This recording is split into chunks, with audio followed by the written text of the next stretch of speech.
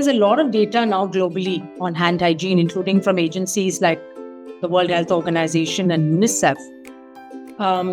The unclean environments during childbirth actually account for up to 20% of newborn deaths and up to 10% of maternal deaths.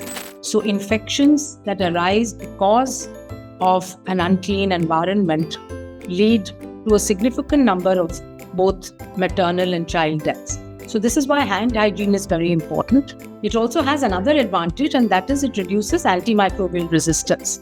Because the less infections you have or suspected infections, the less use of antibiotics you need. And therefore, that's really a win-win for the health system. A number of recent studies in India and in other parts of the world have shown that pregnant women are particularly vulnerable to the impacts of heat. And this is because their physiology changes during pregnancy. And if these are pregnant women are those who have to work outside or work in an environment where they're not able to take breaks, or they're not able to really, get away from that hot environment and allow their bodies to cool down, this then results in increasing complications of pregnancy like gestational diabetes and like high blood pressure, but also results in things like premature deliveries, small for date babies, low birth weight babies, and even increasing stillbirths. And because of global warming and the fact that more and more pregnant women around the world and in India will be exposed to high heat days, it's going to be very important for our healthcare providers, particularly our ASHAs, ANMs, nurses and doctors in primary healthcare settings and healthcare facilities across the country, to be aware of this, to counsel pregnant women appropriately, to inform them about what the signs and symptoms are of heat exhaustion, heat stroke, and not wait for things to become very extreme, to really give them information about what they should do to protect themselves from heat, especially during those peak summer days.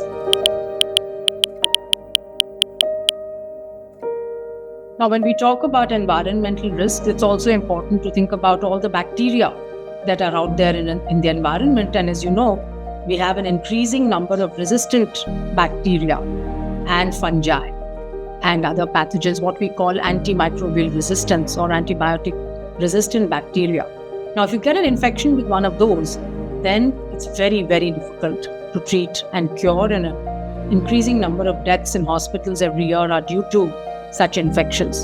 So this is where, again, hand hygiene and practicing hygiene in general becomes very important, because not only does it control the spread of infection from one person to another, it reduces preventable infections and therefore the risk of antimicrobial resistant infections. It also reduces the use of antibiotics, which is one of the key strategies for reducing antimicrobial resistance. So it has multiple benefits, and it all starts with such a simple thing, which is hand hygiene, infection prevention and control, and attention to water and sanitation, especially in healthcare facilities. I think we all remember during COVID in the early days how there was a lot of focus on hand hygiene and hand washing, and that was because in the beginning we thought it was spread by droplet infections, just like influenza and other respiratory infections, where hand hygiene is extremely important, because in the case of droplet infections, it is your hand and any fomite, anything that your hand touches where the virus is able to survive, and then somebody else comes along and touches the same surface. It could be a table, it could be a doorknob, it could be a lift, so those are the ways in which the respiratory infections spread one to the other. Of course, there's another way of spread, and that is airborne infection, where hand hygiene alone is not enough. You will also have to take precautions like masking, physical distancing, and so on. But again, washing your hands well, particularly in a healthcare facility, if you're a healthcare worker, It's not enough to just do it for half a second. You need to really spend a few minutes taking the soap, rubbing your hands well, washing it. Also very important for children in schools, in nursery schools and Anganwadis to get that habit of washing your hands every time you go to the bathroom with soap and water, and washing your hands before you have a meal.